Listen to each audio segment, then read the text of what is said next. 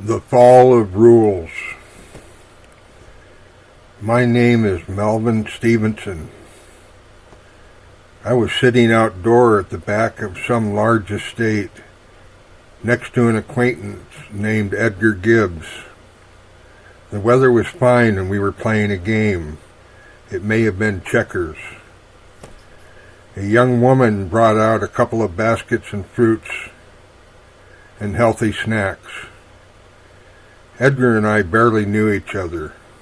I think we had met simply because we were both staying at this place, wherever this place was. I don't know its name. In fact, there's a lot I don't remember. Edgar and I were enjoying our game and our snacks when a man approached us. We were sitting on the bottom row of a wooden bleacher structure built for outdoor use. It was open to the sky, no roof, and quite pleasant. The man was indifferent. Edgar called him Morgan, though Edgar didn't seem to like him very much. Morgan wanted Edgar to follow him somewhere, but Edgar refused. Morgan reached down, pulled Edgar's fruit and snacks away, and insisted he go. The basket spilled across the floorboard to the bleachers. I didn't actually see him leave, but Edgar went with Morgan. 5 minutes later, Morgan was back, asking me questions. I told Morgan I didn't know Edgar. I told him my memory was hazy, that all I knew was that I was a guest here, at wherever here happened to be. I began picking up the scattered fruit and snacks. Among them, I picked up a piece of fruit I didn't recognize. It was shaped like a strawberry, but it was the size of a man's shoe. It was a pale, unnatural shade of red, with seeds dotting the outer skin. It looked like a strawberry, but gigantic and misshapen. I gathered the oversized fruit and peanuts in their shells, placing them back into the basket. Morgan kept bothering me. I wanted him to leave me alone. I wanted to get away from this place entirely. Eventually, Morgan insisted and coerced me to come with him. We walked through a vast garden area and entered a building that was truly enormous. All white marble, resembling a palace or a sprawling government complex. "Where is this place?" I asked. Morgan said it was called Ruelles, the Palace or the University of Ruelles. I chuckled to myself because it sounded vaguely French. He brought me deeper inside. Other people were walking through the halls, but I couldn't tell you who they were or what they looked like. My eyes wouldn't focus on their faces. It was remarkably bright inside, yet I saw no windows at all. Stranger still, I couldn't spot a single light fixture or lamp. The illumination simply existed. I planned on leaving at my very first opportunity. I thought I could sneak out and take off down the nearest road. I knew I was here by some terrible administrative mistake. Morgan led me into a chamber, an outer room it seemed, leading to something else.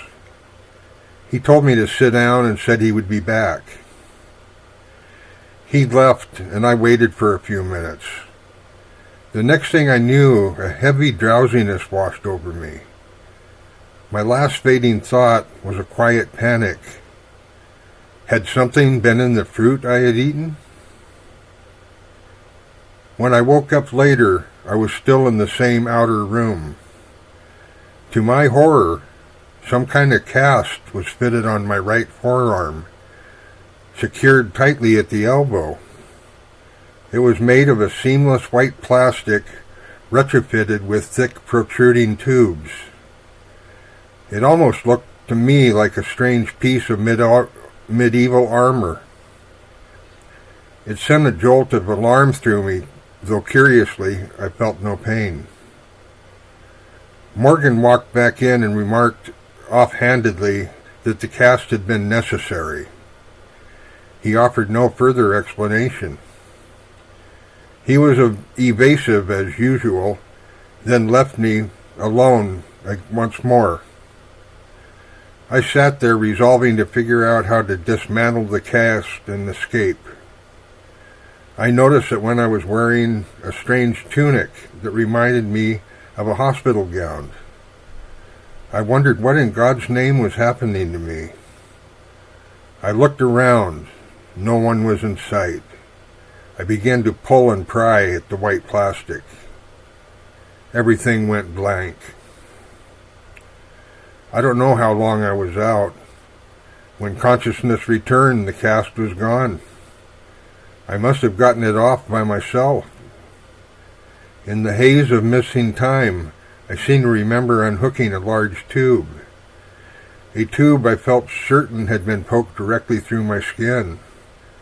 But when I checked my forearm, it was completely normal. There was no mark, no puncture, no sign that my skin had ever been pierced.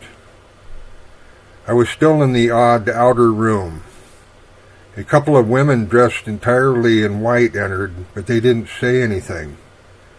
They moved past me, acting as though I wasn't even there. I drifted off again. I wasn't sure if I was dreaming, but when I opened my eyes, I was outside. It was dark now. Nighttime. A woman was standing over me talking. Her words were impossible to understand, spoken in a strange, muffled cadence, though her face looked deeply concerned.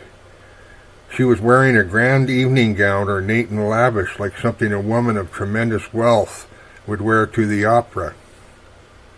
The ground beneath us was slick, reflecting the dark sky in deep pools of water, as if it had just rained. The woman seemed to notice that the cast was gone from my arm, pointing at it and saying something urgent. Still, I couldn't comprehend a word she was saying. Then I lost consciousness again. When I woke up, I was back inside the windowless school or palace or whatever it was. I was simply sitting on a cold marble bench. I felt fine physically. Seeing no one around, I just stood and waited. A woman, a nurse, or at least I assumed she was a nurse, though I couldn't truly know who anyone was, walked past. I called out and asked her what was happening. She stopped and told me quite plainly that the building was under siege. Some unknown force on the outside was trying to gain entrance, and they were coming to take over. The woman turned and walked away, disappearing out of sight. She didn't seem particularly concerned about the coming invasion, if that's what it really was. I sat on the bench, letting the silence settle around me. I thought to myself, they are invading Ruelles, and it looks like Ruelles is going to fall. It was deathly quiet everywhere. I was the only person in sight, swallowed up by this enormous white structure with no windows. The Fall of Ruelles, I thought. I sat a while longer, a strange hope rising in my chest. I hoped that the invasion force would break through and free me from this place. Perhaps I would actually benefit from their arrival. Perhaps, finally, there would be someone I could talk to. Someone I could make understand what was happening to me. I found myself actively praying for it. I waited longer still. I thought I could feel it in the air, the heavy mounting pressure of the force coming to claim the building. I was sure they'd be successful. I hoped they would arrive soon. I knew with absolute certainty it would be a good thing. A thought I had had earlier echoed back to me. I was outside, but now I'm inside. I shifted my position on the cold marble bench. No one was in sight, and the place remained utterly silent. I just sat there hoping they would be here soon, and waited.